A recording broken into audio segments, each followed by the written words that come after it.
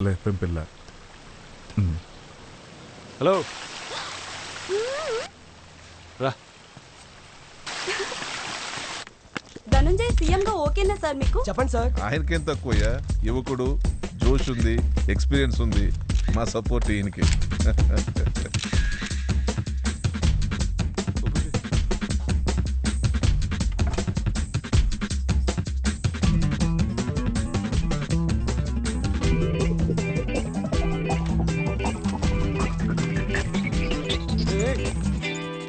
రత్న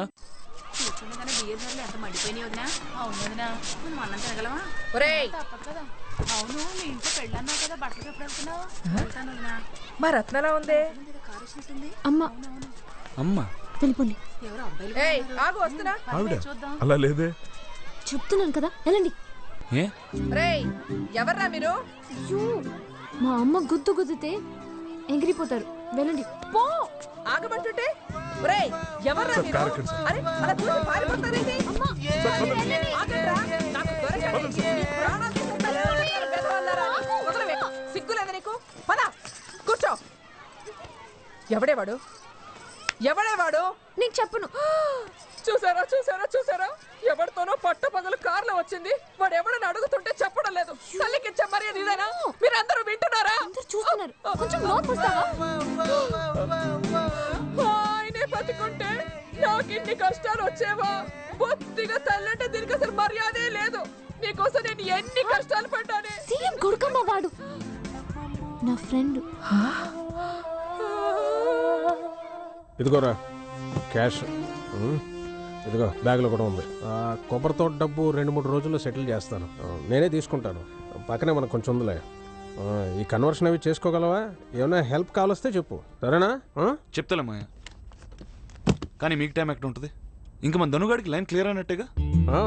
దాదాపు అయిపోయినట్టే, కాకపోతే కొంచెం అపోజిషన్ ఉంది. ఎవరు మాయా? మన డిప్యూటీ హోము వాళ్ళిద్దరితోనే కొంచెం ప్రాబ్లంగా ఉంది. చెక్ పెట్టేస్తాంలే. ఇంకా వాళ్ళ పదవులు అవుటేగా? అంతేగా, తోగాడించారు. రే, ధను కాల్ చేస్తాడు. ఇవాళ రాత్రికి పార్టీ ఇస్తున్నాడు, నేను రమ్మన్నాడు. ఎందుకులే మాయా, నేను రానులే. నాకు పెద్ద మూడ్ లేదు. అమ్మ కూడా ఒకతే ఉంది. తెలుసులేరా, చెప్పమన్నాడు, చెప్పాను. పోనీ ట్రై చేయి, నీకు కాస్త రిలాక్సింగ్ ఉంటుందిగా. ఎవరెవరు వస్తున్నారు మావయ్య? పార్టీ మనుషులు, సపోర్టర్స్, ఫ్రెండ్స్ అందరూ. సరే మరి నేను బయలుదేరుతున్నాను. సరే మాయా. మనకి సాఫ్ట్వేర్ విషయాలు ఏవి తెలియదు, కానీ ఏమైనా అవసరం ఉంటే ఫోన్ చేయి. ఓకే. ఈ క్యాష్ జాగ్రత్త. వస్తాను. అలాగే మాయా.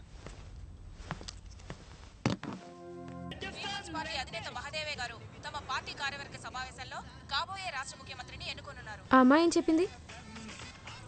అదే పార్టీలో నీ చెవులో ఏదో చెప్పింది కదా. రూమ్కి వస్తావా, కంపెనీ ఇస్తానంది. మరి తిట్టకుండా వచ్చేసావేంటి? అదే నన్ను ఎవడైనా అడిగితే చెప్పుతో కొడతా. నా ఇష్టం. నాకు ఆ అమ్మాయి కంపెనీ కావాలి. నీకేంటి ప్రాబ్లం? ప్రతిదీ జోక్లా ఉందా నీకు? అక్కడ అలీ డీటెయిల్స్ తీసుకున్నాడని తెలిస్తే ఏమవుతుందో తెలుసా? చంపేస్తారు మనల్ని. ఒక్క చిన్న మిస్టేక్ చాలు, పీకలు తెగిపోతాయి. అంత క్రిమినల్స్ వాళ్ళు. జస్ట్ 10 రోజులు ఉంది నాకు. ప్రతిదానికి తోకలాగా వెళ్ళాడుతావు. ఒక చిన్న హెల్ప్ కూడా చేయవు. ఎందుకు చేయాలి? ఎందుకు హెల్ప్ చేయాలి? నువ్వేమైనా మహాత్ముడివా? నువ్వేం గొప్ప పని చేస్తున్నావు? సీఎం అవడానికి గడ్డి కరుస్తున్నావు. నీ నాన్న సంపాదించింది సరిపోలేదు, మళ్ళీ పదవి కావాలి, మళ్ళీ దోచుకోవడానికి ప్లాన్. అంతే కదా?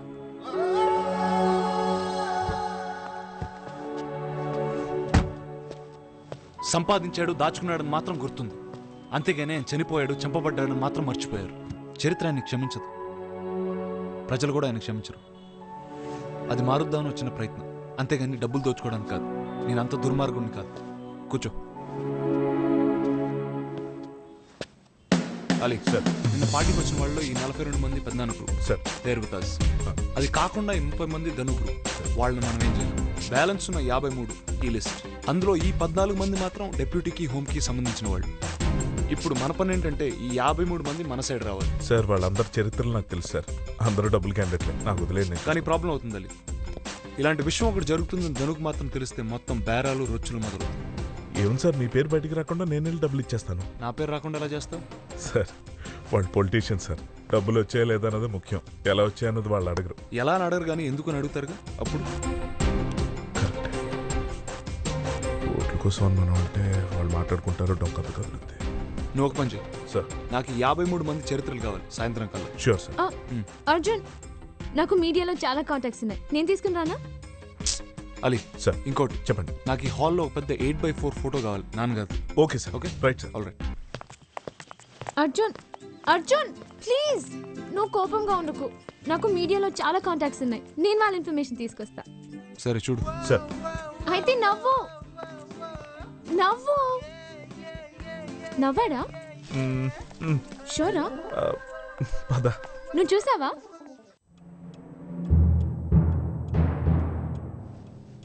సారీ అండి ఇంత హడావుడిగా పిలిచాను. ఏం లేదండి, నాన్నగారు 11వ రోజు అయ్యే ముందు ఆయన చేయాల్సిన కొన్ని పనులు చేద్దామని పిలిచాను. సరే అండి, మీ గురించి డైరీలో రాసుకున్నారండి. ఇంత సిన్సియర్గా ఉంటూ ఎప్పుడూ తన వెంటే తిరుగుతూ కూడా ఏం ఆశించలేదు తిరుపతి అని ఆయన మీకు ఏదో చేయాలని ఎప్పుడు ఫీల్ అవుతూ ఉండేవారంట. అమ్మ కూడా అలానే చెప్పింది.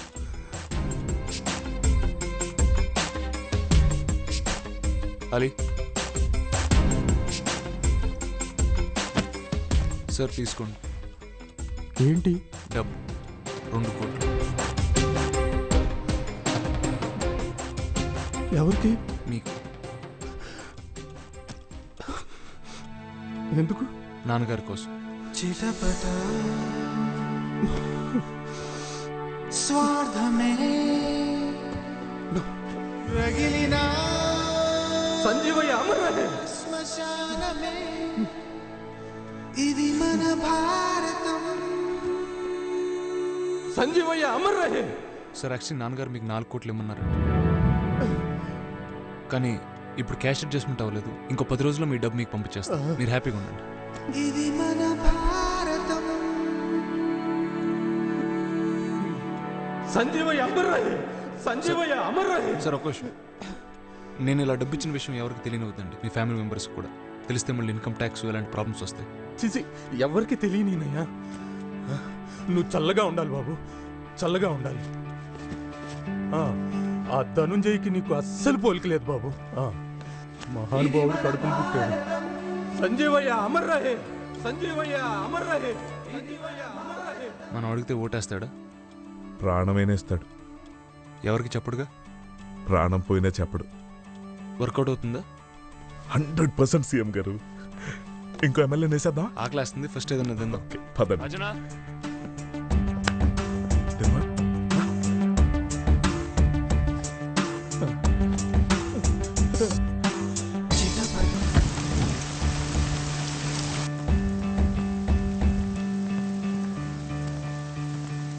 డెప్యూటీ సీఎం గారు, హోమ్ మినిస్టర్ గారు, మా నాన్నగారు ఇచ్చిన పోస్టులు అవి, అందుకే అలా పిలిచాను.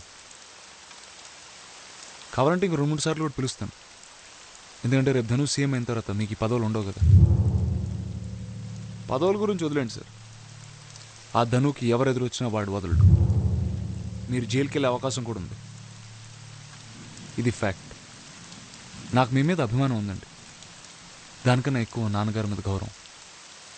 మీరు నాకు ఒక పని చేయాలి, మీ 14 మంది ఎమ్మెల్యేలతో పని చేయించాలి. తీసుకోండి సార్, పర్లేదు తీసుకోండి,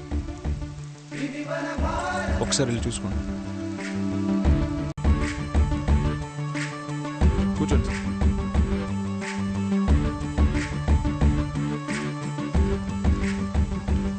మీ పదవులు మీవి, ఈ అపార్ట్మెంట్ మీది. చెప్పండి.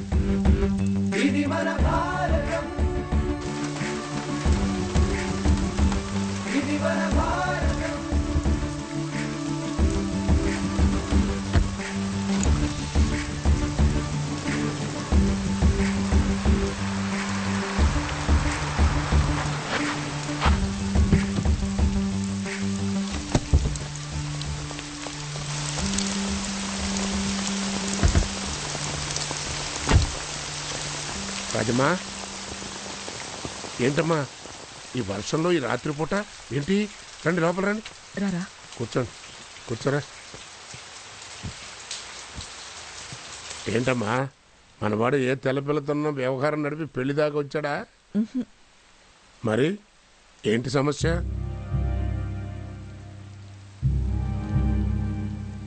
పెద్దాయనా, మీరు నాకు మాట ఇవ్వాలి. బాలేదానివే అడుగు. మాట తప్పకూడదు. రాజమ్మా, బిడ్డలా చూసుకునే నా తమ్ముడు భార్యవి. ఆడిపోయి 10 రోజులు కూడా కాలేదు. మరింత అర్ధరాత్రి నీ బిడ్డను అంట పెట్టుకుని వచ్చి నాకు మాట ఇవ్వాలి అని అడిగితే ఇవ్వకుండా ఎలా ఉంటానమ్మా? నా ప్రాణం పోయినా పర్లేదు, ఇస్తాను. అడుగు. పెద్దాయన, మా ఆయన ఆఖరి కోరిక నా కొడుకు అర్జున్ సీఎం కావాలి. నువ్వు సహాయం చేయాలి. మాటిచ్చా.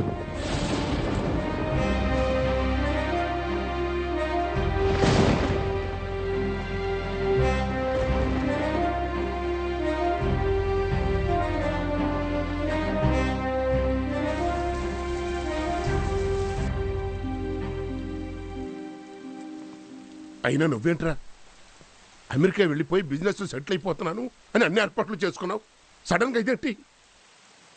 రే కొర్రవెదవా, అసలు పాలిటిక్స్ అంటే నీకేం తెలుసురా? ఆ ధనుగాడు అసలే తిక్క సన్నాసి. అని నేను చంపేస్తాను రా. ఇప్పుడు అడికేం సంబంధం చెప్తావు? చెప్పరా, చెప్పు. ఎప్పటికి వాడు ఇండివిజువల్గా డిజిటల్ తీసేసుకోవడమే.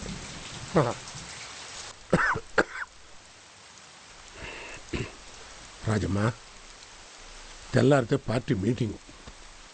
ఆ ధనుగాడిని యునానిమస్గా చీఫ్ మినిస్టర్ చేయడానికి అన్ని ఏర్పాట్లు జరిగిపోయినాయి. అండ్ నా సీట్లో కూర్చోబెట్టి మన ఊరు వెళ్ళిపోదామని నేను డిసైడ్ అయిపోయాను. ఇదిగో, ఈ పరిస్థితుల్లో చాలా కష్టం అమ్మా. నా చేయి దాటిపోయింది, వదిలే. మీ చేతుల్లో పని అయితే చేసేవాళ్ళ? చేయగలిగే పని అయితే నేను ఎందుకు చేయనమ్మా? పైగా మాటిస్తుని చెప్పాను కదా, కష్టం అమ్మా. నా చేతుల్లో ఏం లేదు. మీ గ్రూప్ ఎమ్మెల్యేస్ని ఓట్ చేద్దని చెప్పండి. మీరు మాత్రం న్యూట్రల్గా ఉండండి పెద్దనాన్న. అవతల యునానిమస్కే ఏర్పాట్లు జరుగుతున్నాయిరా అంటే అసలు ఓటింగ్ సమస్య ఎక్కడి నుంచి వస్తారా? ఒకవేళ వస్తే వస్తే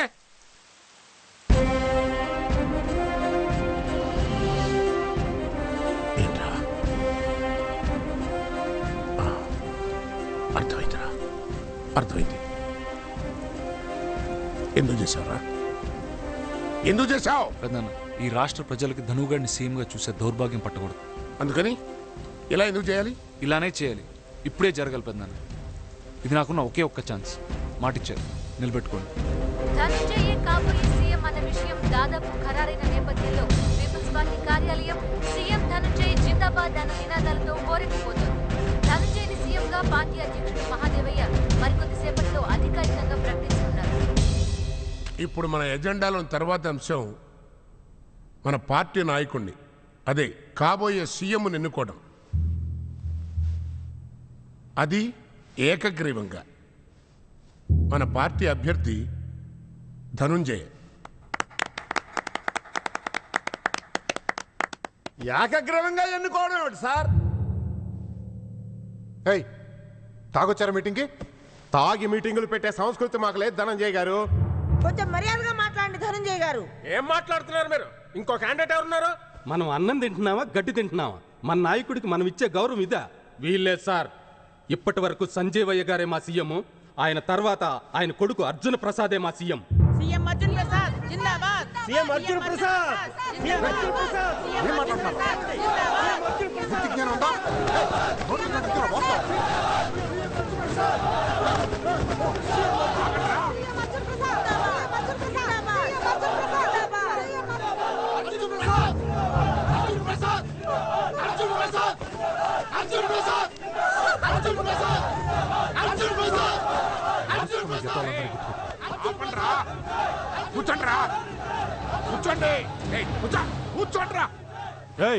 ఆపండి ఆపండి, కూర్చోండ్రా.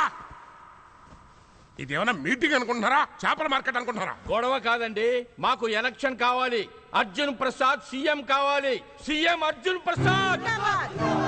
అవునండి, మాకు ఎలక్షన్స్ కావాలి. అర్జున్ గారే పోటీ చేయాలి. సంజయ్ గారు దేవుడు సార్. ఆయన మీకు తమ్ముడు. ఈ ధనంజయ్కి చిన్నాన్న. ఈయన గారు 18 ఏళ్లకే మర్డర్ చేసి జైల్లో కూర్చుంటే బయటకు తీసుకొచ్చి పదవి ఇచ్చారు. మర్చిపోయారా? మాకు ఆయన దేవుడు సార్. మేము బతుకుండగా ఈ అన్యాయాన్ని మేము సహించలేము. ఎలక్షన్స్ జరగకపోతే మేమందరం రాజీనామా చేస్తాం. అప్పుడు ఆ మునిస్వామి సీఎం అయి కూర్చుంటాడు. ఏంట్రా నాటకాలు ఆడుతున్నావు? నీకెంత కావాలో వచ్చి పట్టుకెళ్ళు. డబ్బుల గురించి మాట్లాడకండి సార్, మాకందరికీ నవ్వు వస్తుంది. ఏం మాట్లాడుతున్నారు?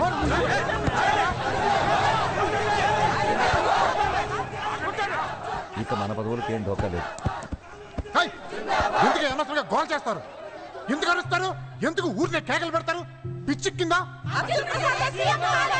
అర్జున్ గడ్ సీఎం అంటే బచ్చగాడు. మీకు కావలసితే పిలిపిస్తాను, మాట్లాడండి. పిలిపిస్తున్నాం.